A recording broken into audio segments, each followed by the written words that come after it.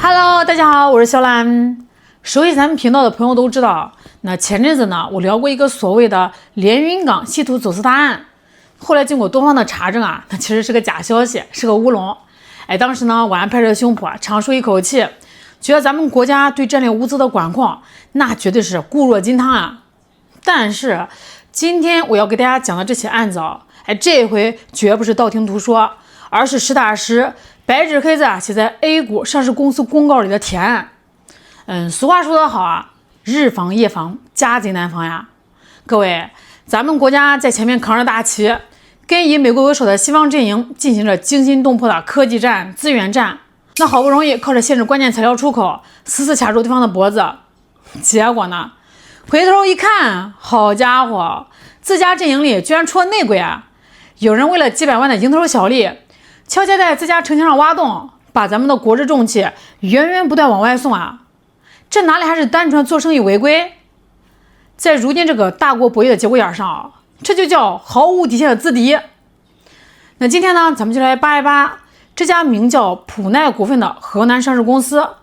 看这帮高管到底是吃了什么雄心豹子胆啊，把上千吨的战略级石墨啊，神不知鬼不觉的倒腾到美国去的。就在4月24号的晚上， A 股市场本来是挺消停的，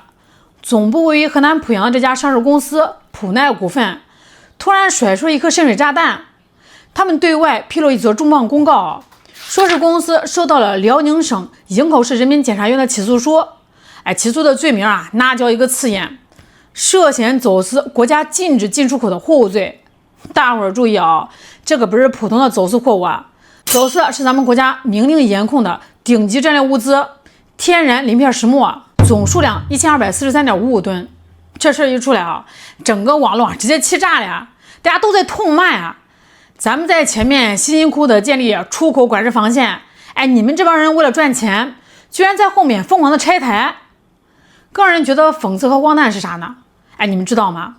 根据检察院查明的事实，这1200多吨的战略石墨，涉案总金额按汇率算下来啊，大概是598.47块人民币。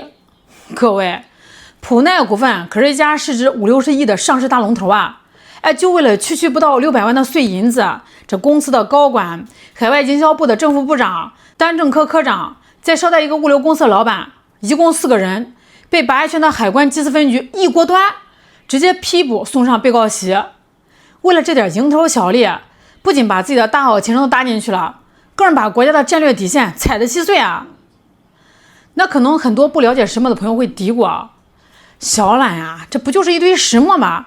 不就是那个做铅笔芯那种黑乎乎的玩意儿吗？至于这么兴师动众、上纲上线吗？大错特错啊！普通的石墨呢，确实是不稀奇的，但是它只要加上天然鳞片这4个字，它就直接变成了现代工业和国防军工的大动脉。天然鳞片石墨，它有着极高的高温耐受性、极强的导电导热性和抗腐蚀性，而且极其稳定。这种变态的物理特性啊，目前全地球的人工合成材料没一个能完美替代它。那往高了说，它是国防军工的核心刚需啊！隐形战机的雷达细胞涂层、洲际导弹的耐高温外壳、核反应堆的减速材料，全指望它续命啊！这往广了说啊，它是新能源和高端制造的命脉。那咱们现在最牛的锂电池、负极材料，要是少了高品质的鳞片石墨，性能就直接拉垮了呀！半导体制造、特种冶金全都指望它。更关键、更要命的是，全球最顶级、储量最丰富的天然鳞片石墨，就死死攥在咱们中国人的手里。美国那帮西方国家啊，在高端制造和军工上确实挺牛的，但是他们偏偏在这个基础材料上是个瘸子，极度依赖从中国进口。面对美国在芯片、半导体上的极限制裁，咱们国家拿什么反击呢？就是用这种不可替代的战略资源啊！所以，早在2023年的10月20号，咱们国家的商务部和海关总署就联合下发了封杀令，从2023年的12月1日起，将天然鳞片石墨正式纳入两用物项和技术出口管制清单。每个国家的专门审批啊，谁也不准私自往外卖。意思很明白啊，这个东西啊是咱们反制西方的底盘筹码，谁敢乱动，谁就跟国家站着掀桌子。那么问题来了，既然国家早就下了死命令禁令，海关盯得这么严，普奈股份这1200吨的石墨，它是怎么插上翅膀飞到美国去呢？等这个案子的细节一曝光，我真是被这帮人的操作给气笑了啊！普奈股份原本在海外有个全资子公司，叫普奈美国股份有限公司。在2023年10月管控令出来之前他们出口天然鳞片石墨，海关申报的税号尾号一直是1000，这是合法合规的。但是这个管控令一下发，明确这个尾号1000的石墨被死死摁住，不让随意出口了。那这帮高管为了满足美国子公司的生产需求，眼看着正门走不通了，怎么办呢？他们不但没有悬崖勒马反而伙同万华物流的老板，玩了一出极其拙劣的狸猫换太子的把戏。他们在报关单上强行把税号的尾号改成了9900。这个9900的税号代表啥呀？是其他粉末状天然石墨，刚好呢不在国家强制出口的许可证范围内。这叫什么？这就叫伪报品名啊！公然走私逃避监管。更恶劣、更气人的是那根据这个起诉书的披露他们第一次干这种事是在2023年的11月，那个时候那个政策刚刚发布，还在过渡期呢。尝到甜头之后胆子是越来越肥了。从2024年的4月一直干到了2025年的3月，长达1年的时间里他们继续默认纵容物流公司用这个假税号，先后走私了上千吨一家大型的上市企业内部有法务、有风控、有合规部门，对于国家如此重大的两岸物项出口管制政策，你跟我说他们不知道，鬼都不信他们分明是揣着明白装糊涂，为了自己企业的一点小账，彻底把国家的大账当废纸给撕了。搞笑的是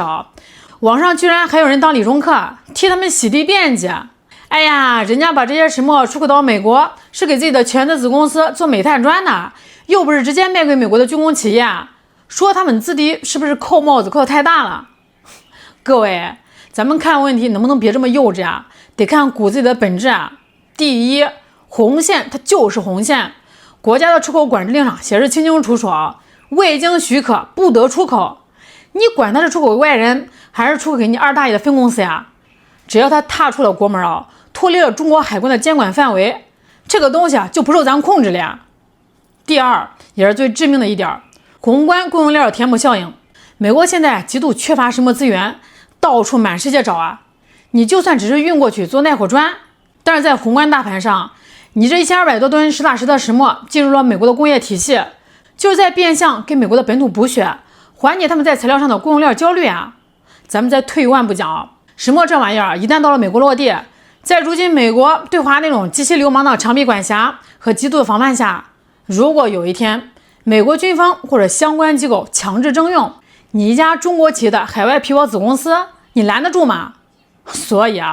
无论这帮人的初衷是不是只为了自己家的生意，他们在客观上造成的后果就是亲手撕裂了中国千辛万苦建立起来的战略物资封锁线，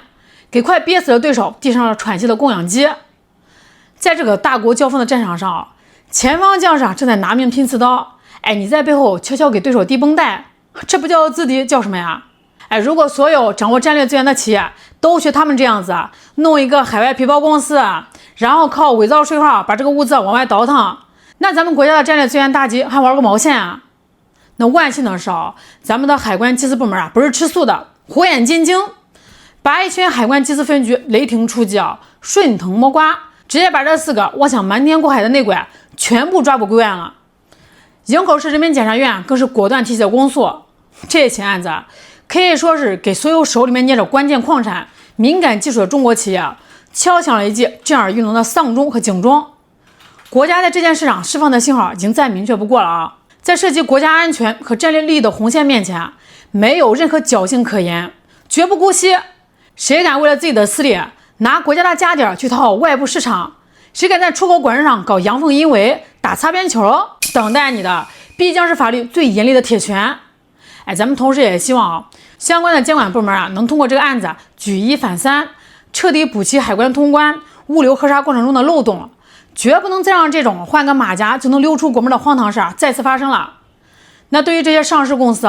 你们享受着国家经济发展的巨大红利，就必须扛起与你身份相匹配的国家责任。企业想赚钱没毛病，但是把钱装进口袋之前先摸摸自己的良心，看看护照上的国籍。好啦，今天节目就聊到这儿了，我是小兰，咱们下期再见。